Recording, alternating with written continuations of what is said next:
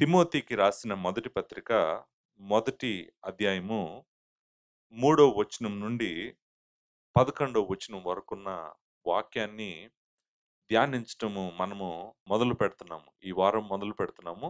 నాకు తెలీదు ఎన్ని వారాలు 3వ వచనం నుంచి 11వ వచనం వరకున్న సత్యాన్ని అర్థం చేసుకుంటామో నాకు తెలీదు గానీ, నాకైతే 3 వారాలు కనిపిస్తుంది. దాంట్లో మనము నిజంగా జాగ్రత్తగా అర్థం చేసుకోవాల్సిన విషయాలు చాలా ఉన్నాయి.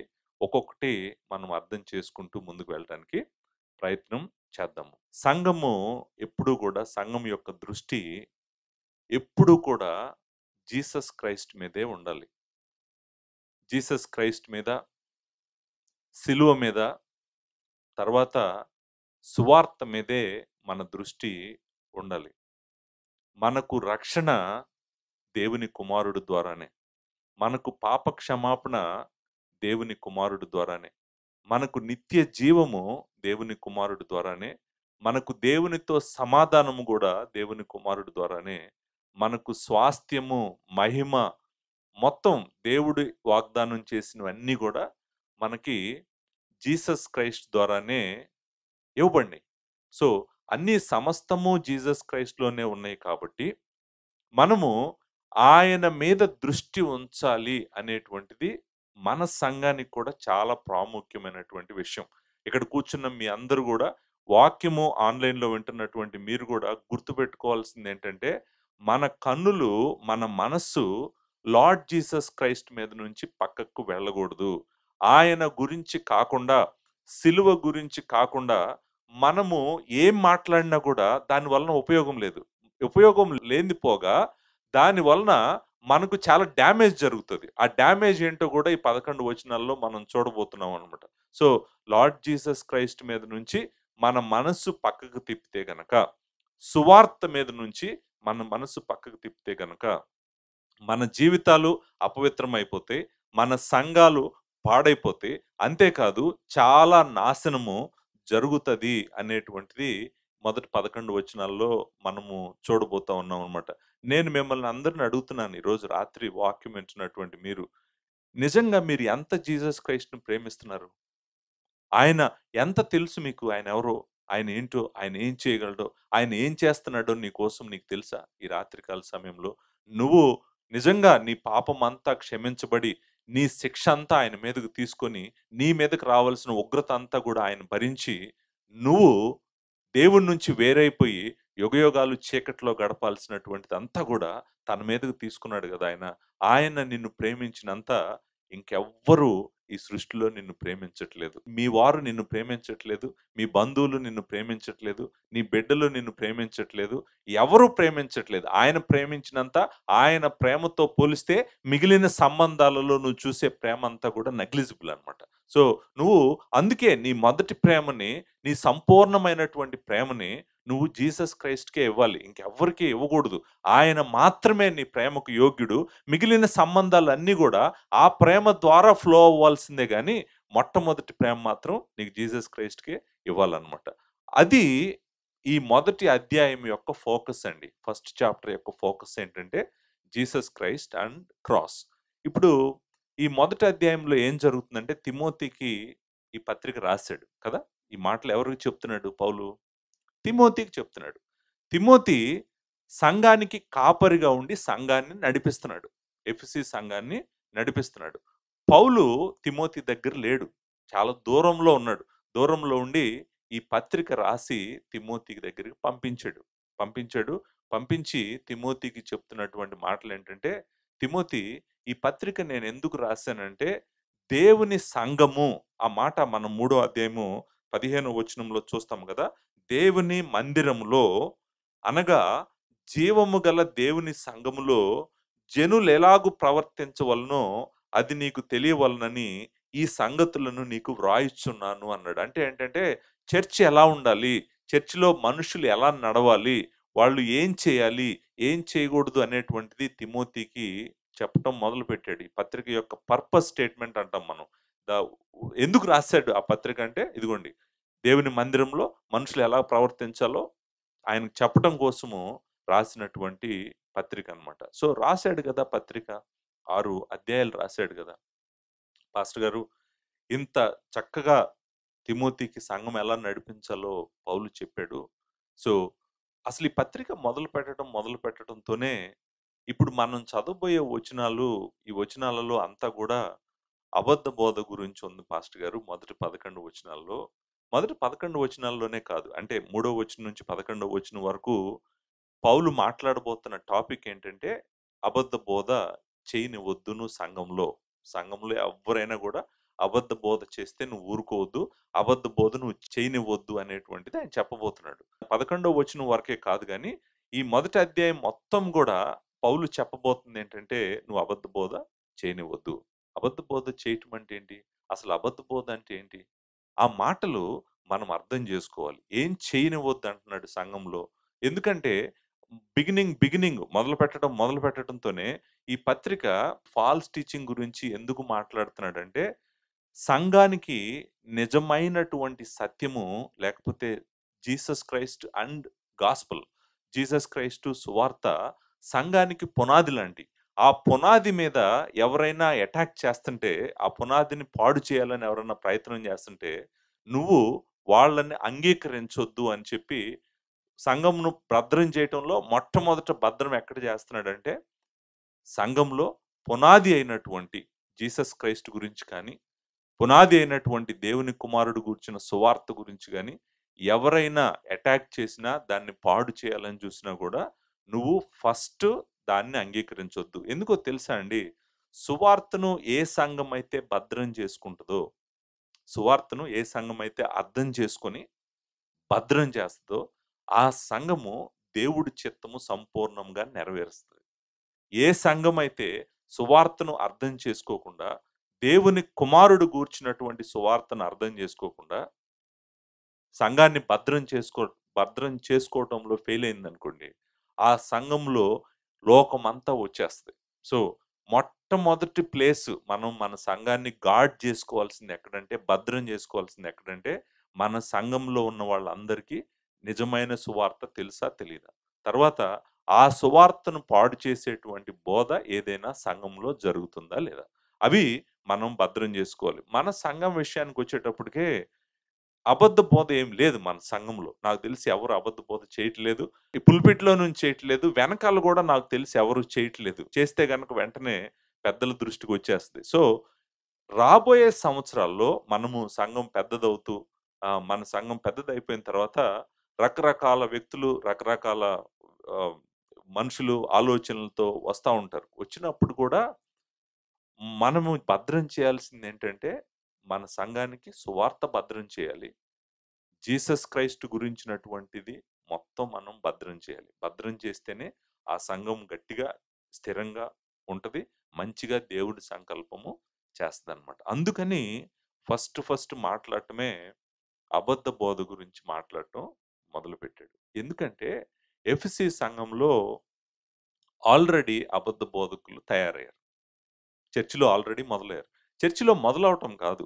వాళ్ళు స్లోగా పెద్దల పొజిషన్స్ వైపు పరిగెడుతున్నారు. పరిగెడుతూ సంఘంలో రకరకాల బోధను బోధించడం మొదలుపెడుతున్నారు. డైరెక్ట్‌గా బోధిస్తున్నారు. ఇండైరెక్ట్‌గా బోధిస్తున్నారు. బోధ స్టార్ట్ అయిపోయింది. స్టార్ట్ అయిపోవటం వలన ఏం జరుగుతుందంటే ఎప్పుడు చూడండి నిజమైన సువార్త ప్రకటించకపోతే సంఘం పాడైపోద్ది. పాడైపోద్దని నేను మీకు చూపిస్తాను ఈ వచనాల్లో నుంచి. ఎలా పాడైపోద్దో చూపిస్తాను. ఏం జరుగుతదో చూపిస్తాను. ఎందుకు దీన్ని అంత సీరియస్‌గా పౌలు తీసుకున్నాడో కూడా ఈ వచనాల్లో మనం చూస్తామనమాట. సో, అలా అబద్ధ బోధ చేస్తున్నటువంటి కొంతమంది మీద ఆల్రెడీ యాక్షన్ తీసుకున్నాడు. పౌలు యాక్షన్ తీసుకున్నాననే చెప్పాడు. వాళ్ళు మొదటి అధ్యాయము 19, 20 వచనాల్లో చూడండి ఏం చెప్పాడు? నేను ఆల్రెడీ యాక్షన్ తీసుకున్నాను. నేనక్కడ ఉన్నప్పుడు అని చెప్తున్నాడు. అట్టి మనస్సాక్షిని కొందరు త్రోసివేసి విశ్వాస విషయమై ఓడబద్దలైపోయిన వారి వలె చెడి ఉన్నారు. వారిలో హుమెనేయును, అలెగ్జాంద్రియను ఉన్నారు.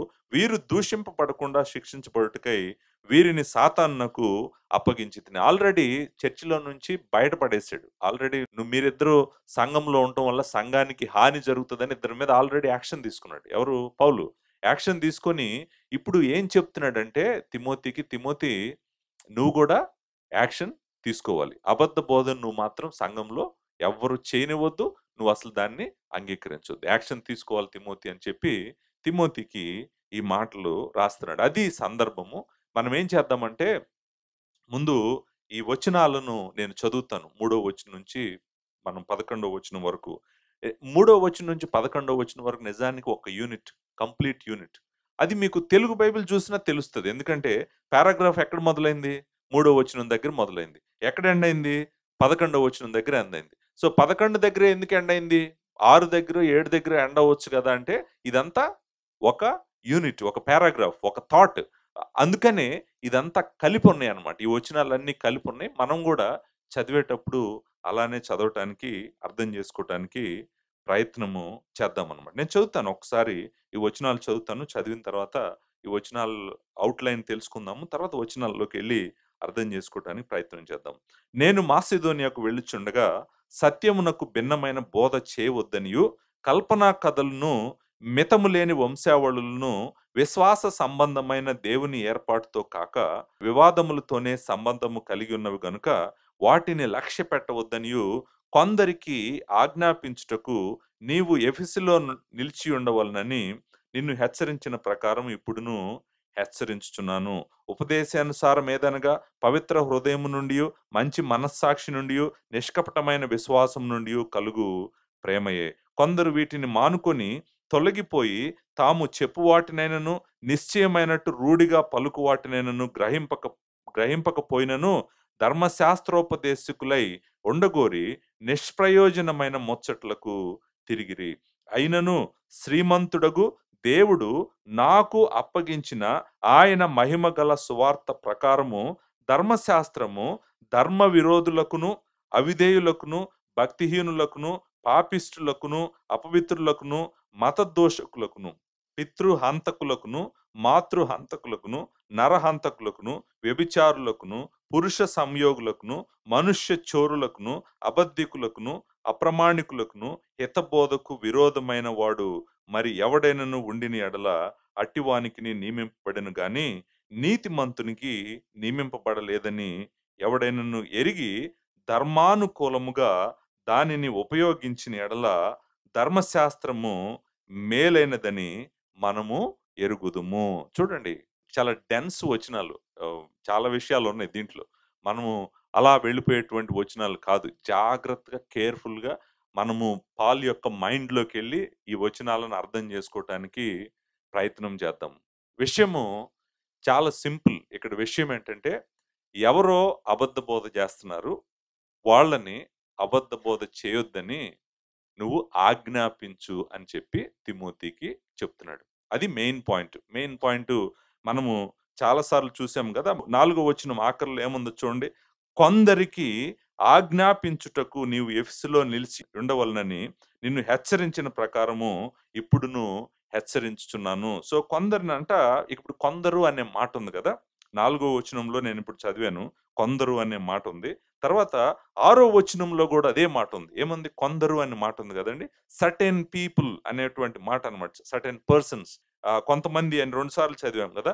మరలా ఇదే కొంతమంది అనే మాట 19వ వచనంలో గూడా ఉంది చూడండి. 19వ వచనంలో అట్టి మనస్సాక్షిని కొందరు త్రోసివేసి అని అన్నాడు గదండీ! సో, ఇక్కడ ఈయన టార్గెట్ ఈ మొదటి అధ్యాయం మొత్తంలో టార్గెట్ ఏంటంటే, కొంతమంది సంఘములో చేయగూడని బోధ వీళ్ళు చేస్తున్నారు. చేయగూడని బోధ వీళ్ళు చేస్తున్నారు.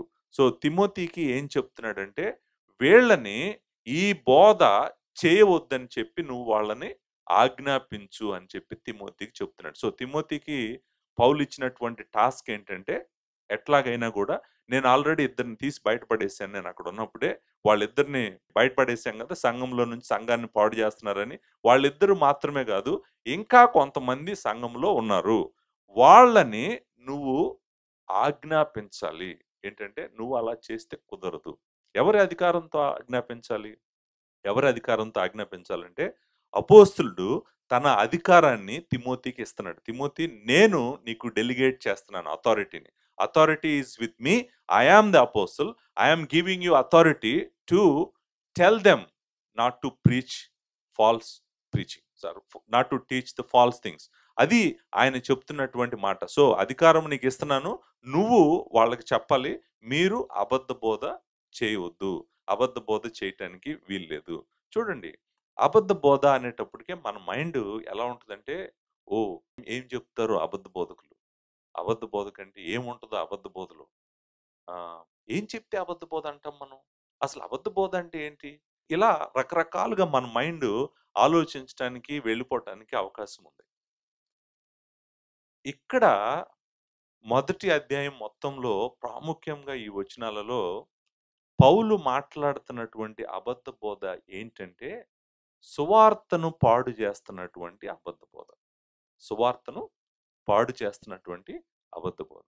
మనలను సంఘములో ఉన్నటువంటి వ్యక్తులను జీసస్ క్రైస్ట్ నుంచి, సువార్త నుంచి పక్కకు తీసుకెళ్ళిపోయేటువంటి బోధ జరుగుతున్నట్టుగా మనకిక్కడ కనిపిస్తా ఉంది. అది స్పష్టంగా అర్థమవుతుంది. వచనాల్లో నుంచి మనం వెళ్తుంటే మనకి ఫుల్ క్లారిటీ వచ్చేస్తుంది. మీరు అడగొచ్చు, పాస్టర్ గారు మీకెలా తెలుసు?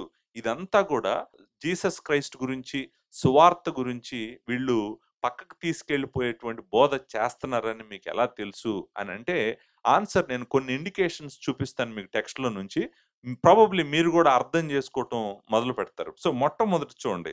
మూడో వచనంలో ఏమన్నాడు? సత్యమునకు భిన్నమైన బోధ అనన్నాడు. సత్యమునకు భిన్నమైన బోధ. నిజానికి అక్కడ సత్యమునకు అనే మాట లేదు. ఏమనుందో తెలుసా అండి? అక్కడున్నటువంటి మాట ఏంటంటే, సత్యమునకు కాదు, డిఫరెంట్ డాక్ట్రిన్. డాక్ట్రిన్ అనేటువంటి మాట మనము చూస్తాం. 11వ వచనంలో హితబోధ అని ఉంది చూడండి. ఆ హితబోధ వెనకాల ఉన్నటువంటి మాటే బోధ. ఇక్కడ ఏం చెప్పాడంటే నిజానికి మనము బోధిస్తున్నటువంటి బోధకు భిన్నమైన బోధ చేయొద్దని చెప్పు అని చెప్తున్నాడు. నిజానికి సత్యము అనేటువంటి మాట టెక్స్ట్‌లో లేదు. ట్రూత్ అనేటువంటి మాట టెక్స్ట్‌లో లేదు. టెక్స్ట్‌లో ఏమనుందంటే not to teach any different doctrine అని ఉంది. అంటే అర్థం ఏంటంటే మనము బోధించిన దానికన్నా గూడా వేరేది వాళ్ళని బోధించొద్దని చెప్పి నువ్వు చెప్పు అని ఉంది. సో, వీళ్ళు బోధించిందేంటి? వీళ్ళేం బోధించారు? వీళ్ళు బోధించిన దానికి వ్యతిరేకమైన దాన్ని బోధించొద్దని అని చెప్తున్నాడు. ఏం బోధించారు వీళ్ళు? అంటే ఇప్పుడు తిమోతికి తెలిసుండాలి ఏం బోధించారో అది. తర్వాత పాలుకి తెలిసుండాలి. ఆఫ్‌కోర్స్ పాలుకి తెలుసు ఏం బోధించారో. సో, వీళ్ళిద్దరికీ తెలిసినటువంటి బోధ ఒకటుంది. దానికి భిన్నమైంది ఆళ్ళు చేయొద్దు అని చెప్తున్నారు. ఏంటి వీళ్ళిద్దరికి తెలిసినటువంటి బోధ? వీళ్ళిద్దరూ చెప్తున్నటువంటిదేంటి? అప్పటికి న్యూ టెస్టమెంట్ ఇంకా కంప్లీట్ అవ్వలేదు. సో, న్యూ టెస్టమెంట్ అంతా నేను చెప్పినట్టు జాగ్రత్తగా వాళ్ళని గూడా చెప్పమని అనటానికి లేదు. న్యూ టెస్టమెంట్ అంతా ఇంకా రాస్తున్నారు. ఈ పత్రికే రాస్తున్నాడు. సో, ఇప్పటికి ఆల్రెడీ వీళ్ళు ఎస్టాబ్లిష్ చేసినటువంటి బోధ ఏంటి? ఆ బోధకు భిన్నమైన బోధ చేయొద్దంటే వీళ్ళిద్దరూ అగ్రీ అయినటువంటి బోధ ఏంటి? ఏంటి అనేటువంటిది మనము ఫైండ్ ఔట్ చేయటానికి ప్రయత్నం చేస్తున్నామన్నమాట. సో, వీళ్ళకి చెప్పిందేంటంటే భిన్నమైన బోధ వీళ్ళని చేయొద్దని చెప్పు. మనం ఆల్రెడీ అంగీకరించినటువంటి బోధ. సత్యము అనేటువంటి మాట రాస్తే నాకేం ప్రాబ్లమ్ లేదు. సత్యమునకు భిన్నమైన బోధ అంటే ఏంటంటే, వాళ్ళు ఆల్రెడీ ప్రకటించినటువంటి సత్యానికి వ్యతిరేకమైన బోధను వాళ్ళకి చేయొద్దని చెప్పు అని చెప్తున్నాడు. ఇది మొదటి ఇండికేషన్. అది ఏంటి? ఆ బోధ ఏంటి అనేటువంటిది మనం కనుక్కోవటానికి ప్రయత్నం చేస్తున్నాం. రెండవ ఇండికేషను ఇక్కడ మనం చూద్దాం. ఇక్కడ 4 వచనంలో ఈ మాటుందండి. విశ్వాస సంబంధమైన దేవుని ఏర్పాటుతో కాక అనేటువంటి మాటుంది. మీరు 4 వచనంలో మీరు గమనించారా ఆ మాట? విశ్వాస సంబంధమైన దేవుని ఏర్పాటుతో కాక అనేటువంటి మాట. సో, ఇది వెరీ ఇంపార్టెంట్ వర్డ్ అన్నమాట. ఇంగ్లీష్‌లో ఏముంటదంటే the stewardship from God that is by faith. So, ఇప్పుడు మనం జాగ్రత్తగా గమనిద్దాం. ఇక్కడ ఒకటని ఉంది గదండీ! ఒకటని ఉందా? ఏర్పాటుతో దగ్గర 1 అనేసాడు. 1 అనేసి కింద ఒక మాట రాసాడు. ఏమని రాసాడు? గృహ నిర్వాహకత్వము. గృహ నిర్వాహకత్వము. స్టీవర్డ్‌షిప్ అంటే గృహ నిర్వాహకత్వమే గదండీ! స్టీవర్డ్‌షిప్ అంటే గృహ నిర్వాహకత్వం. అంటే ఏమన్నాడంటే విశ్వాస సంబంధమైన దేవుని గృహ నిర్వాహకత్వము అని అంటున్నాడు. అంటే విశ్వాస సంబంధమైన దేవుని గృహ నిర్వాహకత్వం అంటే అర్థం ఏంటి? విశ్వాస సంబంధమైన దేవుని ఏర్పాటు అంటే అర్థం ఏంటి? మాట్లాడుతుంది ఏంటో తెలుసా? దేవుని గృహ నిర్వాహకత్వం. అంటే దేవుడు ఏర్పరిచినటువంటి తన సంఘాన్ని ఎలా నడిపించాలో చెప్పేటువంటి ప్రణాళిక. ఆ ప్రణాళికను మనము ఏమంటామంటే అడ్మినిస్ట్రేషన్ అనండి, లేకపోతే స్టీవర్డ్‌షిప్ అనండి. సో, ఇక్కడ వాడినటువంటి మాట ఏంటంటే, సో, దేవుడు తన సంఘాన్ని నడిపించటానికి ఆయన మనకు అనుగ్రహించినటువంటి సంకల్పము, లేకపోతే ప్లాన్, లేకపోతే ప్రణాళిక, లేకపోతే అడ్మినిస్ట్రేషన్. సో, ఆయన మనకిచ్చినటువంటి ఆ సంకల్పం అంట, అది విశ్వాసముతో కూడినటువంటి సంకల్పం అంట. విశ్వాసం ద్వారా దాన్ని ముందుకు తీసుకెళ్ళాలంట దాన్ని మనం. సో, దాన్ని ముందుకెలా తీసుకెళ్తాం మనము? విశ్వాస సంబంధమైందంట. అంటే అర్థం ఏంటంటే, దేవుడు ప్రణాళిక విశ్వాస సంబంధమైన ప్రణాళిక అంట. సో నా క్వశ్చన్ ఏంటంటే, విశ్వాస సంబంధమైన దేవుని ప్రణాళిక ఏంటి? దేవుని ప్రణాళిక ఏంటో చెప్పమంటారా? విశ్వాస సంబంధమైంది విశ్వాసము ద్వారా నీతిమంతులుగా మనము తీర్చబడుతున్నాము. అదే this is the gospel, the core of the gospel అదేనమాట. సువార్తకి ప్రాముఖ్యమైనటువంటిది ఏంటి? మనం అందరము విశ్వాసము ద్వారా దేవుని కుమారుడి ద్వారా కృపచేత నీతిమంతులముగా తీర్చబడుతున్నాం. మనం అందరం రక్షించబడుతుంది విశ్వాసం ద్వారానే కదా. సో ఇక్కడ దేవుడు చెప్తున్నటువంటి ఈ గృహ నిర్వాహకత్వము లేకపోతే దేవుని ఏర్పాటు ఏంటి? దేవుని ఏర్పాటు ఏంటంటే సిలువ ద్వారా దేవుని కుమారుడు ద్వారా మనల్ని అందరినీ రక్షించాలనుకోవటమే దేవుడు చేస్తున్నటువంటి ప్రణాళిక. అది మన దగ్గరికి ఎలా వస్తుంది? విశ్వాసము ద్వారానే వస్తుంది. సో విశ్వాసము ద్వారా మనం సిలువ దగ్గరికి వస్తున్నాము, దేవుని కుమారుడిని నమ్ముకుంటున్నాము. నమ్ముకున్న తర్వాత అదే మనం ప్రకటిస్తున్నాం అందరికి. మనం ప్రకటించేది కూడా అదే. అంటే దేవుడి సంకల్పాన్ని, దేవుని గృహ నిర్వాహకత్వాన్ని, అడ్మినిస్ట్రేషన్ని ముందుకు తీసుకెళ్లేది ఏంటంటే సువార్తే. సో ఆయన మాట్లాడుతుంది ఏంటంటే, అగైన్ ఆయన చెప్తుంది ఏంటంటే, సువార్తకు భిన్నమైనటువంటి బోధ వీళ్ళు చేస్తున్నారు. అదే సత్యమునకు భిన్నమైన బోధన్న, లేకపోతే ఇక్కడ మనం చూసినట్టుగా దేవుని ఏర్పాటుకు భిన్నమైన బోధన్న కూడా అదే. దేవుని ఏర్పాటు ఏంటండి? దేవుని ఏర్పాటు ఏంటంటే, మనమందరము పాపములో చనిపోయి, అపరాధాల్లో చనిపోయి ఉన్నప్పుడు దేవుడు మన యందు కనికరం చూపించి, కృప చూపించి, ప్రేమ చూపించి, తన కుమారుడిని మన కోసం పంపించి, ఆ కుమారుడిని సిలువకు అప్పగించడం ద్వారా మనల్ని అందరినీ క్షమించి విశ్వాసం ద్వారా మనల్ని నీతిమంతులుగా తీరుస్తున్నాడు. అదే దేవుని ఏర్పాటు, అదే దేవుని సంకల్పం, అదే విశ్వాసంతో కూడినటువంటి గృహ నిర్వాహకత్వం మనం ముందుకు తీసుకెళ్లాల్సింది అదేనమాట. కాబట్టి వీళ్ళు చేస్తున్నటువంటి బోధ నేను అనుకుంటాను జీసస్ క్రైస్ట్‌ని, సువార్తని సెంటర్‌గా పెట్టకుండా పౌలు, తిమోతి ఏదైతే బోధించారో దాన్ని కాకుండా వేరేదేదో వీళ్ళు బోధిస్తున్నట్టుగా మనకు అర్థమవుతుంది. సో ఈ 2 ఇండికేషన్స్ మాత్రమే కాదు, ఇంకా ఉన్నాయి టెక్స్ట్‌లో. నేను చూపించడానికి మీకు ప్రయత్నం చేస్తాను. సో మూడో పాయింట్ 8వ వచనంలో ఉంది. 8వ వచనము ఈ మాట ఉంది. అయినను శ్రీమంతుడగు దేవుడు నాకు అప్పగించిన ఆయన మహిమ గల సువార్త ప్రకారము అన్నాడండి. ఇక్కడ చూడండి 8వ వచనంలో ఏమంటున్నాడు? సో అబద్ధ బోధకులు అబద్ధ బోధ చేయొద్దని చెప్తూ ఆయన ఏమంటున్నాడంటే, ఇదిగో అబద్ధ బోధకులు ఆశ్రయిస్తున్నటువంటి ధర్మశాస్త్రము దేవుడు ఎందుకు ఇచ్చాడో నేను చెప్తాను. సువార్త ప్రకారము దేవుడు ఎందుకు ఇచ్చాడో నేను చెప్తాను అని చెప్పి మొదలుపెట్టి ధర్మశాస్త్రం గురించి మాట్లాడబోతున్నాడు. కరెక్టే. ధర్మశాస్త్రాన్ని దేవుడు ఎందుకు ఇచ్చాడు? ధర్మశాస్త్రం యొక్క పనేంటి? ధర్మశాస్త్రం ఏం చేస్తుంది? అనేటువంటిది మాట్లాడుతున్నాడు. సో అది ఎందుకు మాట్లాడుతున్నాడో మనం ఆలోచిద్దాం. ధర్మశాస్త్రం ఎందుకు తెచ్చాడు ఇక్కడ డిస్కషన్‌లోకి అనేది మనం ఆలోచిద్దాం. కానీ ఇక్కడ మీరు గమనించాల్సింది ఏంటంటే ఆయన ఏమంటున్నాడంటే, శ్రీమంతుడకు దేవుడు నాకు అప్పగించిన ఆయన మహిమ గల సువార్త ప్రకారము. సో ఆయన అక్కడ జరుగుతున్న ప్రీచింగ్ అంతటిని, అక్కడ జరుగుతున్న టీచింగ్ అంతటిని దేంతో కొలుస్తున్నాడో చెప్పమంటాడా? దేవుడు ఆయనకు అప్పగించిన మహిమ గల సువార్త ప్రకారమే కొలుస్తున్నాడు. అసలు నువ్వు చేస్తున్న నిజమైన బోధ, అబద్ధమైన బోధ అనేటువంటిది కొలవటానికి ఆయన వాడుతున్న కొలబద్ద ఏంటో తెలుసా అండి? దేవుడు నాకు అప్పగించినటువంటి మహిమ గల సువార్త. ఆ సువార్త ప్రకారం నేను సంఘంలో ఎవరు ఏం చెప్పినా వాళ్ళ బోధను నేను కొలుస్తున్నాను. కొలిసినప్పుడు దాని ప్రకారం లేదనుకోండి, దేవుడు మనకు అప్పగించిన మహిమ గల సువార్త ప్రకారం లేదనుకోండి, అది తప్పుడు బోధ, అది ఫాల్స్ ప్రీచింగ్. అది ఎవరు చేసినా, యూదులు చేసినా, ధర్మశాస్త్రం పట్టుకొని చేసినా, ధర్మశాస్త్రం లేకుండా చేసినా, కథలు చెప్పినా, కల్పనా కథలు చెప్పినా, ఇంకొకటి చెప్పినా, ఏం చెప్పినా కూడా ఆఖరికి నువ్వు బోధించే బోధ ఆ మహిమ గల సువార్త ప్రకారం గనక లేకపోతే, దేవుని సంకల్ప ప్రకారం లేకపోతే, విశ్వాస సంబంధమైన దేవుని ఏర్పాటు ప్రకారం లేకపోతే, సత్యము ప్రకారం లేకపోతే అది ఫాల్స్ ప్రీచింగ్ అని చెప్తున్నాడు. సో మరలా మనకి ఇక్కడికి వచ్చేటప్పటికి అదే పాయింట్‌ని ప్రూవ్ చేస్తా ఉన్నాడు. ఇంకొంచెం ముందుకు వెళ్దాం. ముందుకు వెళ్తే ఇక్కడ దేంతో పోలుస్తున్నాడో చెప్పమంటారా? సువార్తను ధర్మశాస్త్రంతో పోలుస్తున్నాడండి. మనము the law and the gospel అంటాం. చాలా సార్లు మన కంపారిజన్‌లో the law and gospel. Old టెస్టమెంట్‌లో ద లా ఉంది. న్యూ టెస్టమెంట్‌లో మనము గాస్పెల్, ఈ లా గాస్పెల్ కంపారిజన్ ఇక్కడ జరుగుతుంది. సో అంటే ఇక్కడ ఏం చేస్తున్నారంటే నాకు అర్థమవుతుంది ఏంటంటే, ఈళ్ళు చేసే అబద్ధ బోధలో ప్రాముఖ్యంగా ఈళ్ళు చేస్తుంది ఏంటంటే, ధర్మశాస్త్రం వలన మనము నీతిమంతులంగా కాగలము అనేటువంటి ఒక అబద్ధ బోధ ఏదో జరుగుతుంది సంఘంలో. అంటే ధర్మశాస్త్రం ద్వారా మనం దేవుడి దగ్గరికి వెళ్ళగలము. దేవుడు ఇచ్చినటువంటి ధర్మశాస్త్రం మనం ఫాలో అయితే చాలు అని చెప్తున్నారు. ధర్మశాస్త్రం నువ్వు ఫాలో అయితే చాలు అని నువ్వు చెప్పావంటే అర్థమేంటి? మరి లార్డ్ జీసస్ క్రైస్ట్ ఎందుకు? మరి సిలువ ఎందుకు? సో, ఏదో చేస్తున్నారు ఈళ్ళు. ఏదో చేస్తున్నారు. దాన్ని మనం ఫైండ్ ఔట్ చేద్దాం. జాగ్రత్తగా మనం ఫైండ్ ఔట్ చేయగలం. మనకు దేవుని వాక్యంలో నుంచి ఎళ్తే అర్థమవుతది. సో, ఇక్కడ లాకి గాస్పెల్‌కి కంపారిజన్ జరుగుతుంది. గాస్పెల్ ఏమో 11వ వచనంలో ఉంది. తర్వాత కిందకొస్తే మనము ధర్మానుకూలముగా దానిని ఉపయోగించిన ఎడల ధర్మశాస్త్రము మేలైనదని మనం ఎరుగుదుము అంటున్నాడు. అక్కడ పైన ఏమన్నాడు 11వ వచనం బిగినింగ్‌లో ధర్మశాస్త్రము ధర్మ విరోధులకును, అవిధేయులకును వీళ్ళందరి గురించని చెప్తూ కిందకొచ్చేటప్పటికే ధర్మానుకూలంగా దాన్ని ఉపయోగించిన యెడల ధర్మశాస్త్రం మేలైనదని మనము ఎరుగుదుమంటున్నాడు. అంటే అర్థమేంటి? ఇక్కడ ధర్మశాస్త్రాన్ని దేనితో పోలుస్తున్నాడు? సువార్తతో పోలుస్తున్నాడు.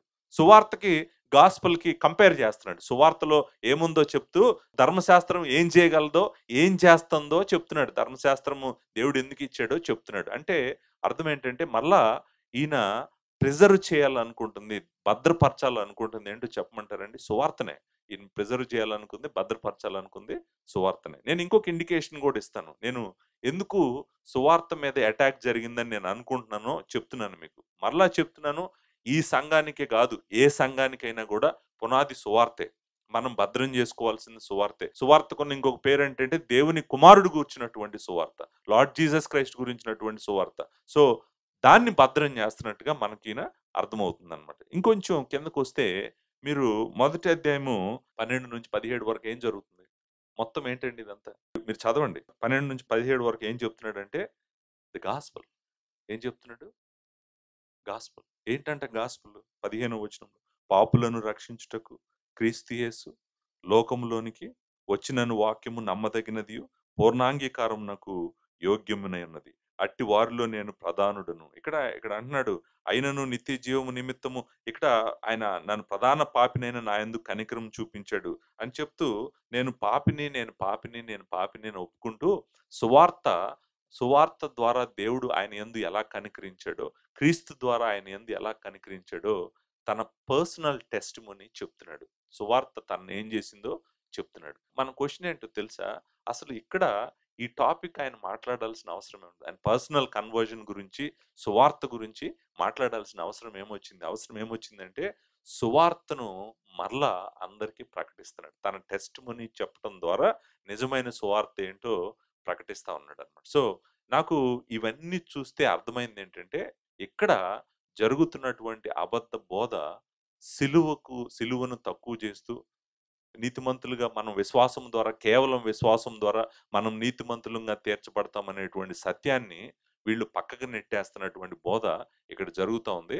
దానికి సమాధానంగా ఈ మాటలు తిమోతికి రాస్తున్నట్టుగా మనకి అర్థమవుతుంది. సో, ఇది మీకు మొదటి 11 వచనాల్లో 11 వచనాలే కాదు, నిజానికి 20వ వచనం వరకు కూడా మీరు ఇదే గుర్తుపెట్టుకోండి. ఏం గుర్తుపెట్టుకుంటారంటే, ఫస్ట్ చర్చ్‌లో తిమోతి నువ్వు ఫిక్స్ చేయాల్సిన విషయం ఏంటంటే, జీసస్ క్రైస్ట్‌ను కాకుండా, సిలువను కాకుండా, సువార్తను కాకుండా, ఎవరు ఏమి ప్రకటించినా గూడా నువ్వు అంగీకరించొద్దు. వాళ్ళని ఆపేయమని చెప్పి నువ్వు ఆజ్ఞాపించు. అది ఫస్ట్ పాయింట్. ఫస్ట్ చాప్టర్ మొత్తం అదేనండి. దగ్గర దగ్గర మనం ఆఖరి వరకు అదే చూడబోతా ఉన్నాము. సో, ఇది మీరు మైండ్‌లో పెట్టుకోండి. సో, దీని అప్లికేషన్ ఏంటి? మనము జాగ్రత్తగా ఆలోచిద్దాం మనం సంఘంగా. నువ్వెలా రక్షించబడ్డావు అని నేను మిమ్మల్ని అడిగాననుకోండి. నువ్వు రక్షించబడ్డావా? ఒకవేళ నువ్వు రక్షించబడితే నువ్వెలా రక్షించబడ్డావు అని అడిగాననుకోండి. మీరు వెంటనే దగ్గర దగ్గర ఈ 12వ వచనం నుంచి మనం చూసే ఈ 17వ వచనం వరకు ఇలాంటి వర్ణన నీ జీవితంలో నుంచి రావాలి. అయ్యో! నేను భయంకరమైనటువంటి పాపిని. నేను పాపిని. దేవుడు తీర్పుకు యోగ్యుడిని, యోగ్యురాలిని. ఆయన పరిశుద్ధుడు, ఆయన నిత్యుడు, ఆయన మహిమ గలవాడు. నేను ఆయన దగ్గరికి వెళ్ళలేనని తెలిసే, ఆయనే నన్ను వెతుక్కుంటూ శరీరము ధరించి నా కోసం వచ్చాడు. నా కోసం వచ్చి, నా కోసం ప్రాణం పెట్టాడు. ప్రాణం పెట్టి నా పాపం ఆయన మీదకు తీసుకున్నాడు. అంతేకాదు, ఆయన నీతిని నాకు ఉచితంగా దయచేశాడు. విశ్వాసము ద్వారా నేను నీతిమంతుడిగా, ఉచితముగా తీర్చబడుతున్నాను. అది గనక నీ అండర్‌స్టాండింగ్ అనుకో. యువర్ అండర్‌స్టాండింగ్ అది అనుకో. నువ్వు నిజమైన సువార్తనే విన్నావు. నువ్వు నిజమైన సువార్తను విన్నావు. నీకు నిజంగా ఏం చేశాడో దేవుడు నీకు తెలుసు. ఇది కాకుండా వేరేది నమ్మటం మొదలుపెట్టావనుకో నువ్వు అబద్ధమైనటువంటి దాని వైపు నడుస్తున్నావు. చూడండి, దుష్టుడు పాడు చేసేదేంటో చెప్పమంటారా? సువార్త. సువార్తను కొంచెం మార్చాడనుకోండి. కొంచెం మార్చాడు. కొంచెమే. అంటే నేను అంటున్నా గదా! 20 లీటర్ల వాటర్‌లో ఒక డ్రాప్ పాయిజన్ చాలు. ఎగ్జాక్ట్‌గా సేమ్ జెప్తున్నాను. పవిత్రమైన, పరిశుద్ధమైన, నిర్మలమైన ఈ సువార్తని కొద్దిగా మార్చాడనుకోండి. కొద్దిగా మారిస్తే ఏం జరుగుతుందో తెలుసా? వాడు నాశనానికి పోతుంటాడు. వాడితో పాటు ఆ మారిన సువార్తను నమ్మిన వాళ్ళందరూ నాశనానికి పోతుంటారు. వాడు సంఘాన్ని పాడు చేస్తుంది ఎలాగో తెలుసా అండి? సంఘంలో ఉన్న వాళ్ళని దేవుని దగ్గరికి వెళ్ళకుండా వాడు చేస్తున్న మార్గం ఏంటో తెలుసా అండి? సువార్తనే పాడు చేస్తున్నాడు. గాస్పెల్‌నే పాడు చేస్తున్నాడు. నిజానికి గలతీయులకు రాసిన పత్రిక మొత్తం గూడా ఫోకస్ ఇదే పాయింట్. పాయింట్ ఏంటంటే, అరే! మీరు భిన్నమైన సువార్తకు ఇంత త్వరగా తిరిగిపోతారని నేను అనుకోలేదు. భిన్నమైన సువార్త అంటే ఏంటి? నిజమైన సువార్త కాకుండా వేరే సువార్త వైపు తిరిగిపోతున్నారంట. సో, అదే పాయింట్. ఇక్కడ కూడా అదే పాయింట్.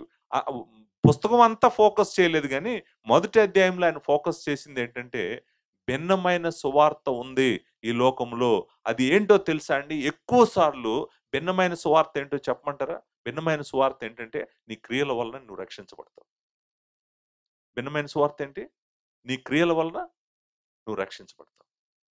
నువ్వు మంచి క్రియలు చేస్తే నువ్వు దేవుడి దగ్గరికి వెళ్తావు. నీ క్రియలే నిన్ను దేవుని ఎదుట మంచివాడిగా చేసి నిలబెడతాయి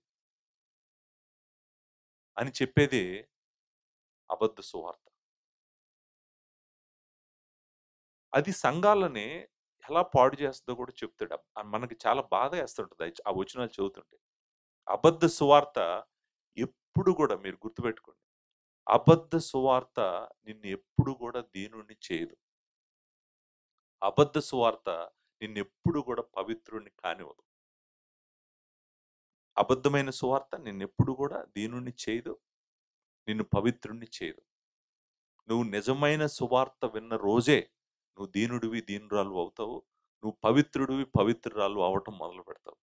అప్పటి వరకు నీ జీవితం గూడా మారదు. అందుకనే సువార్త అంత ఫౌండేషన్. మన సంఘానికే గాదు. నీ జీవితానికి అన్నిటికి ఫౌండేషనే. కాబట్టే దాన్ని ఎవరైనా అటాక్ చేస్తుంటే పాల్ గాని ఊరుకోవట్లేదు.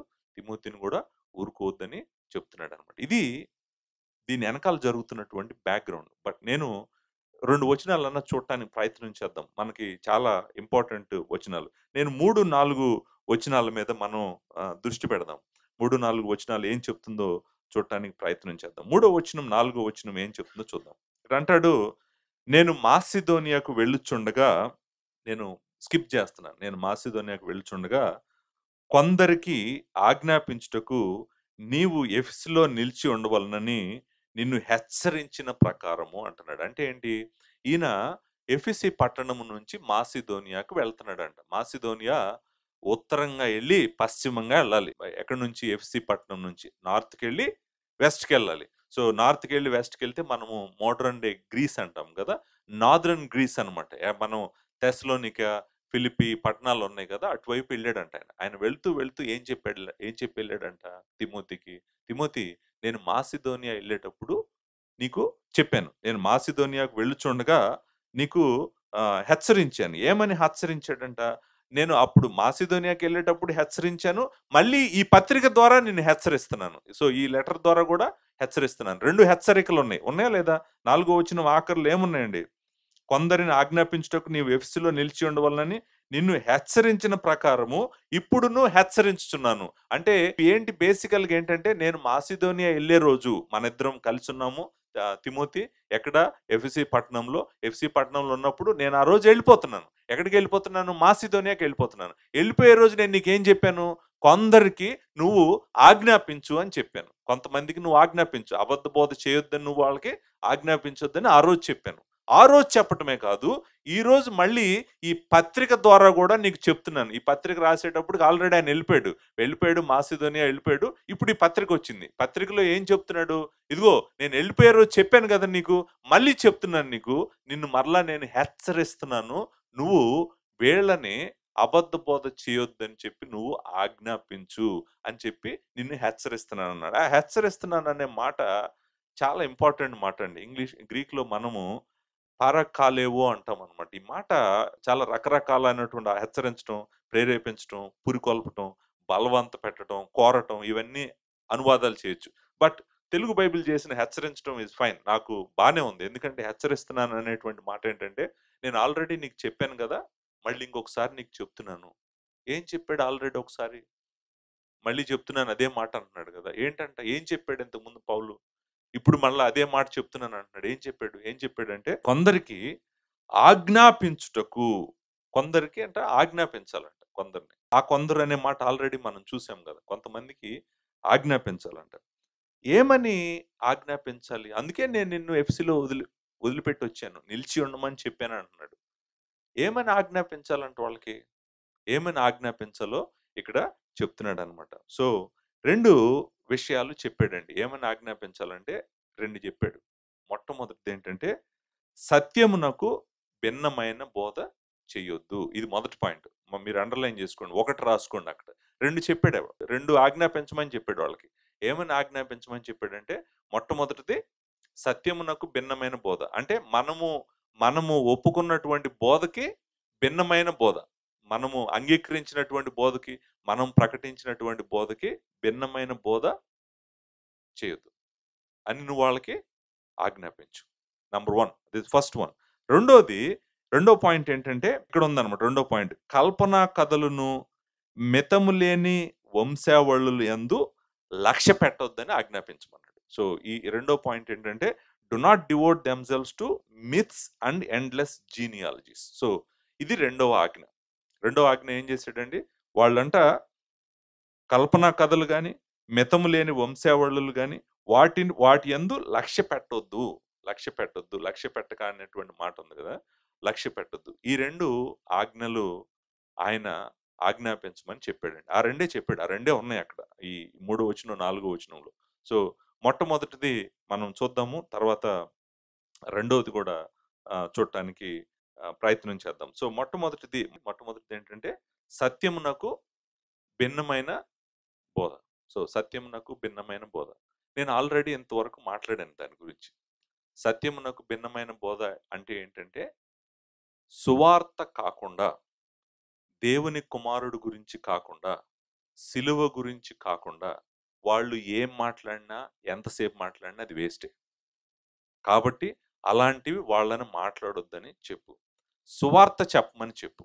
జీసస్ క్రైస్ట్ గురించి ప్రకటించమని చెప్పు. సిలువ గురించి మాట్లాడమని చెప్పు. అది కాకుండా వాళ్ళు ఏం మాట్లాడినా గూడా నువ్వు దాన్ని అంగీకరించొద్దు. అంగీకరించొద్దు. సో, చూడండి మీరు జాగ్రత్తగా గమనించండి. చాలా పుల్పిట్స్‌లో మీరు వాక్యం చెప్తుంటే వినండి. సిలువ గురించి, జీసస్ క్రైస్ట్ గురించి కాకుండా విస్తారంగా సంవత్సరాలు మాట్లాడేవాళ్ళు ఇప్పుడు చాలా మందున్నారు. దగ్గర దగ్గర వాళ్ళు గూడా అదే జేస్తున్నారు. వాళ్ళే చేస్తుంటే ఆయనేమన్నాడంటే, "నువ్వు అలా చేయటానికి కుదరదని చెప్పు. అలా చేయనివ్వద్దు" అని చెప్పి చెప్తున్నాడు. ఇది ఫస్ట్‌ది. రెండో పాయింట్ గూడా ఏం జెప్పాడు? కల్పనా కథలు మితం లేని వంశావళులు యందు లక్ష్య పెట్టొద్దన్నాడు. లక్ష్య పెట్టడం అంటే ఏంటండి? లక్ష్య పెట్టడం అంటే ఏంటి? దృష్టి పెట్టడం, ఆసక్తి చూపించడం, శ్రద్ధ కలిగి ఉండటం. నా క్వెషన్ ఏంటో తెలుసా? నిజానికి అసలు ఈ కల్పనా కథలు, మితము లేని వంశావళులు వీటి యందు ఇంట్రెస్ట్ టీచర్స్‌కెందుకుంది? బోధించే వాళ్ళకెందుకుంది? అసలు వినేవాళ్ళకెందుకుంది? మీరు ఆలోచించండి జాగ్రత్తగా. బోధించేవాడు ఎందుకు బోధిస్తున్నాడు? కల్పనా కథలు ఎందుకు బోధిస్తున్నాడు? మితము లేని వంశావళులు ఎందుకు బోధిస్తున్నాడు? అసలు వినేవాళ్ళు ఎలా వింటున్నారు? కథలు ఎందుకు వింటున్నారు? కల్పనా కథలను ఎందుకు వింటున్నారు? లేకపోతే మితము లేని వంశావళులను ఎందుకు వింటున్నారు? వీళ్ళెందుకు బోధిస్తున్నారు?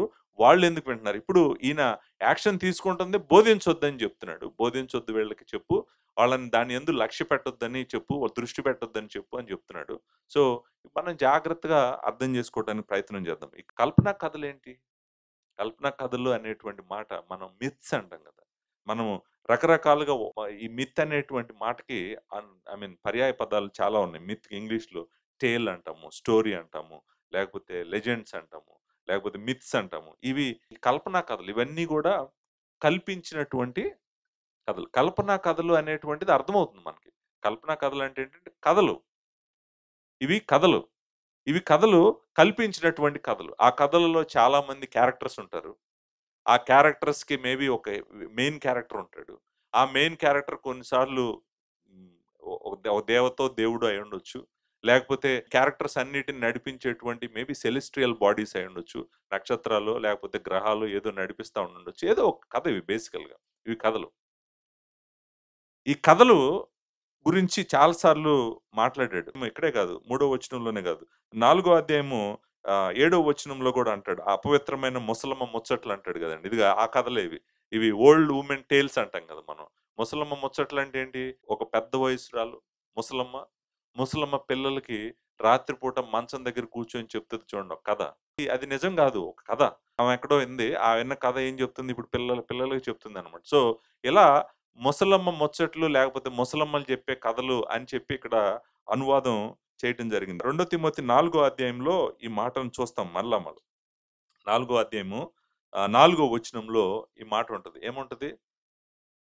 సత్యమునకు చెవినియక కల్పనా కథల వైపు తిరుగు కాలము వచ్చును. అంటే మనుషులు ఏం చేస్తారంటే 4 అధ్యాయం 3 వచనం. ఎందుకనగా జనులు హితబోధను సహింపక దురద చెవులు గలవారై తమ స్వకీయ దురాశలను అనుకూలమైన బోధకులు తమ కొరకు పోగు చేసుకొని సత్యమునకు చెవి ఇవ్వక ఎటువైపు తిరుగుతారంట? కల్పనా కథల వైపు తిరుగుతారంట. సత్యమునకు చెవినివ్వక అంటే జాగ్రత్తగా అర్థం చేశాడు. అంటే ట్రూత్, సత్యము, దేవుని వాక్యము అంటే ప్రాముఖ్యంగా సువార్త వైపు, దేవుని వాక్యం వైపు వాళ్ళు తిరగకుండా, వాళ్ళు కల్పనా కథల వైపు ఎక్కువ తిరుగుతారంట. వాళ్ళకి చెవిస్తారంట. చెవిస్తారు.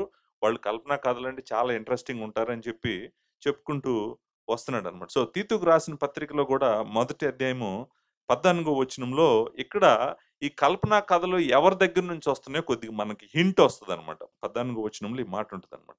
ఈ హేతువు చేత వారు యూదుల కల్పనా కథలను సత్యము నుండి తొలగిపోవునట్టు మనుషుల కట్టడలను లక్ష్యపెట్టక. అంటే అర్థమేంటి?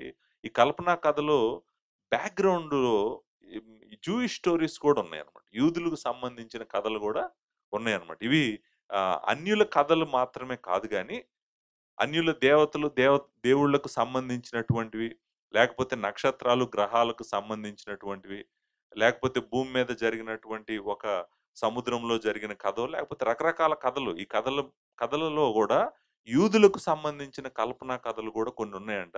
ఆ కల్పనా కథల విషయంలో మీరు జాగ్రత్తగా ఉండాలి అని చెప్పి చెప్తున్నాడు. మనం సెకండ్ పీటర్‌లో గూడా నేను చెప్పాను ఈ మాట మీకు గుర్తుందో లేదో. రెండో పేతురు రాసిన పత్రిక మొదటి అధ్యాయము 16వ వచనంలో ఏం చూసాము? మేము ఆయన రాకడను గూర్చినటువంటి ఏలయనగా చమత్కారముగా కల్పించిన కథలను అనుసరించి మనము ప్రభువైన యేసుక్రీస్తు యొక్క శక్తిని, ఆయన రాకడను మేము మీకు తెలుపలేదు గాని. చూడండి, కథకి, కల్పనా కథకి, సత్యానికి చాలా తేడా ఉంది. కల్పనా కథ కల్పించింది. అది నిజం గాదు. అది సత్యం గాదు. ఇప్పుడు ఈయన ఏం చెప్తున్నాడు తిమోతికి? ఏం చెప్తున్నాడంటే, తిమోతి, సత్యము ఉంది మన చేతుల్లో. మన చేతుల్లో సత్యముంది. దేవుని కుమారుడు గురించినటువంటి సత్యముంది. సిలువ గురించినటువంటి సత్యముంది. మరి సత్యము ప్రకటించకుండా కథలెందుకు? కల్పనా కథలు ఏం జేస్తాయి? కల్పనా కథలు నువ్వెంత సేపైనా చెప్పు ఏం జేస్తాయి? కల్పనా కథలు ఏం జేస్తాయో చెప్పబోతున్నాడు నిజానికి. ఆ కల్పనా కథల మీద దృష్టి పెట్టొద్దని చెప్తున్నాడు. ఏం చెప్తున్నాడంటే, కల్పనా కథలను లక్ష్య పెట్టొద్దని చెప్తున్నాడు గదా! లక్ష్య పెట్టొద్దని ఇవి కల్పనా కథలంటే. కల్పనా కథలను అసలు నీ పుల్పిట్‌లోకి రానివ్వద్దన్నాడు.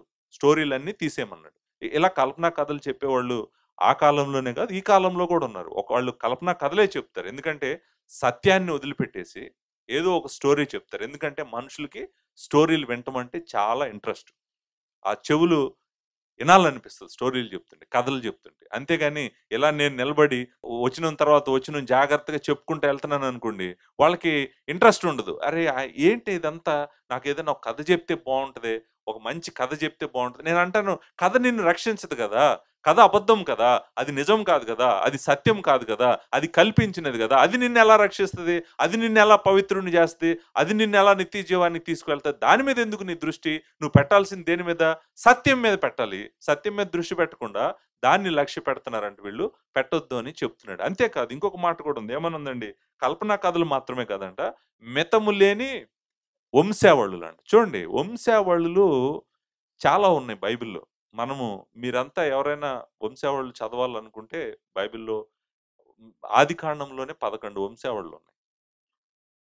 ఒకే ఒక పుస్తకంలో. వంశావళుల మీద చాలా టైం పెడుతున్నారంట ఈళ్ళు. మితము లేని అంటే అర్థం ఏంటండి? మితము లేని అనే మాట ఇంగ్లీష్ ట్రాన్స్‌లేషన్ కూడా ఎండ్‌లెస్. ఎండ్‌లెస్ జీనియాలజీస్.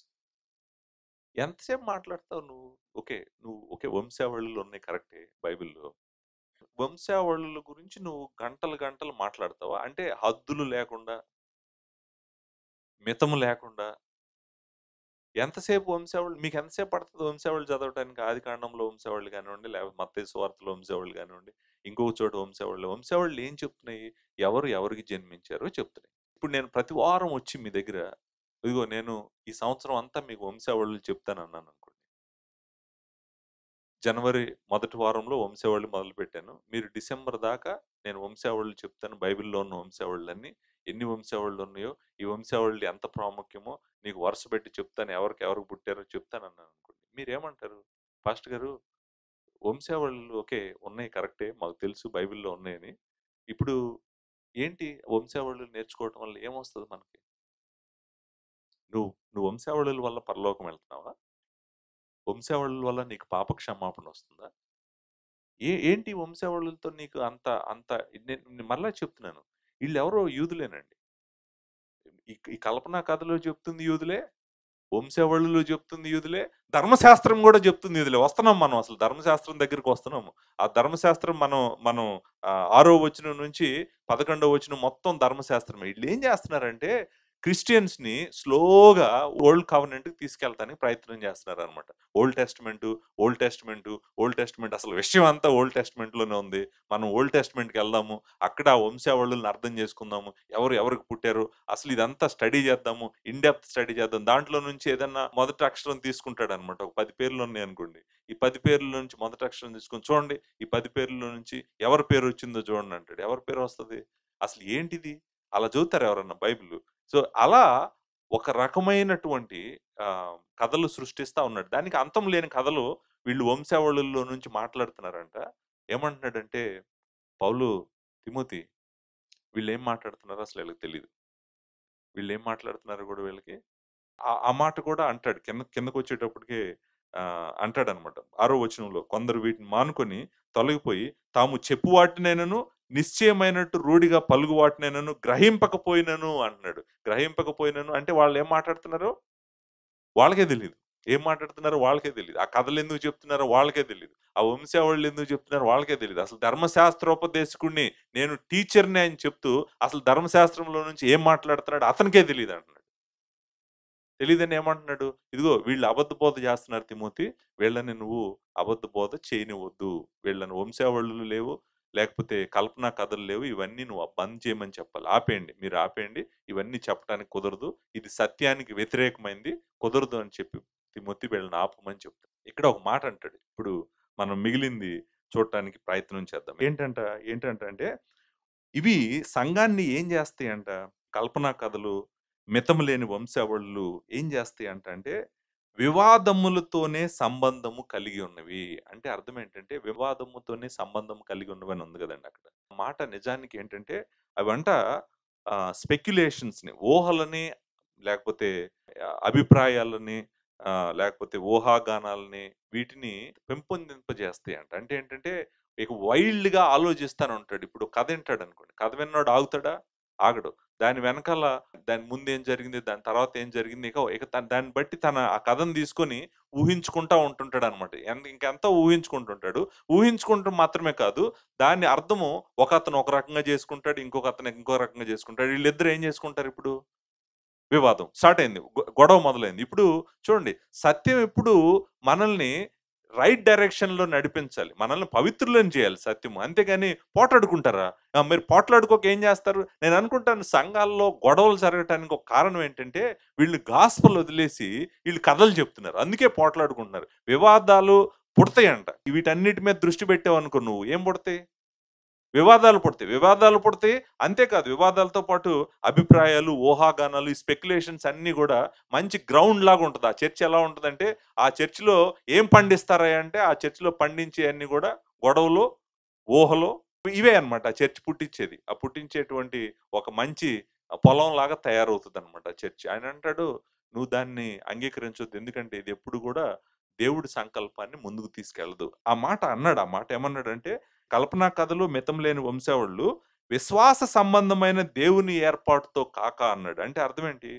అంటే దేవుడి సంకల్పాన్ని, దేవుని చిత్తాన్ని ముందుకు తీసుకెళ్ళేటువంటి విశ్వాసముతో కూడినటువంటి ఆ సంకల్పాన్ని ముందుకు తీసుకెళ్ళవంటివి. ఇవి ముందుకు తీసుకెళ్ళకుండా ఏం చేస్తాయంట? వివాదాలతోనూ, లేకపోతే సంఘాన్ని పాడు చేస్తాయంట. కాబట్టి వీటిని నువ్వు అంగీకరించొద్దు. వాళ్ళని ప్రీచ్ చేయటం గాని, టీచ్ చేయటం గాని లాంటివి నువ్వు చేయనివ్వద్దు తిమోతి అని చెప్తున్నాడు. చూడండి ఎప్పుడు కూడా ఇలాంటి స్టోరీలు చెప్పే చర్చ్‌లు, ఇలాంటి స్టోరీలు గంటలు, గంటలు డిస్కషన్‌లు పెట్టేవాళ్ళు ఎవ్వరు కూడా ఒక పాపిని విశ్వాసము ద్వారా దేవుడు రక్షించాలని ప్రయత్నం చేస్తున్నటువంటి ఆయన సంకల్పాన్ని ముందుకు తీసుకెళ్లరంట వీళ్ళు. అంటే ఆ చర్చి సువార్త ప్రకటించేటువంటి చర్చిగా ఉండదంట. పోట్లాడుకునే చర్చిగానే మిగిలిపోతుంది. ఊహాగానాలతో నిండినటువంటి రోజు అభిప్రాయాలు చెప్పేటువంటి సంఘంగానే మిగిలిపోద్దంట కానీ సత్యాన్ని వాళ్ళ చేతులతో పట్టుకొని హృదయాన్ని వెలిగించినటువంటి ఆ సత్యాన్ని వాళ్ళ చేతులతో పట్టుకొని అనేక మందికి సువార్తను ప్రకటించేటువంటి సంఘంగా అది అవ్వదు. కాబట్టి తిమోతి ఆ మాట అంటాడు, విశ్వాస సంబంధమైన దేవుని ఏర్పాటుతో కాక అన్నాడంటే అర్థం ఏంటంటే అది చేయట్లేదు. ఇది సువార్తను, దేవుడి సంకల్పాన్ని, విశ్వాసాన్ని ముందుకు తీసుకెళ్లకుండా వీళ్ళు ఏం చేస్తున్నారంటే చర్చిని పాడు చేస్తుంది ఇదంతా కూడా. కాబట్టి నువ్వు భిన్నమైన బోధ చేయనివ్వద్దు, కల్పనా కథలు చెప్పనివ్వద్దు, అంతేకాదు మితం లేని వంశావళుల డిస్కషన్లు ఏమి కూడా పుల్పిట్లోకి రానివ్వద్దు. సువార్త కాకుండా, సిలువ కాకుండా వీళ్ళు ఏం చెప్పినా కూడా వీళ్ళని చెప్పనివ్వద్దు నువ్వు అని చెప్పాడనమాట. చెప్పి ఇప్పుడు 5వ వచనంలోకి మనల్ని తీసుకెళ్తాడు. 5వ వచనము ఏం చెప్తుందంటే, నిజమైన సువార్త సంఘాన్ని ఏం చేస్తుందో చెప్పబోతున్నాను. సో, అబద్ధ సువార్త ఏం చేస్తుంది? పాడు చేస్తుంది సంఘాన్ని. మరి నిజమైన సువార్త ఏం చేస్తది? ఏం చేస్తదో మనము 5వ వచనంలో చెప్పబోతున్నాడు. అది మనం వచ్చే వారం చూద్దాం. దేవుని విస్తారమైన కృప మీ అందరికీ తోడుగా ఉండుగాక. Thank you very much.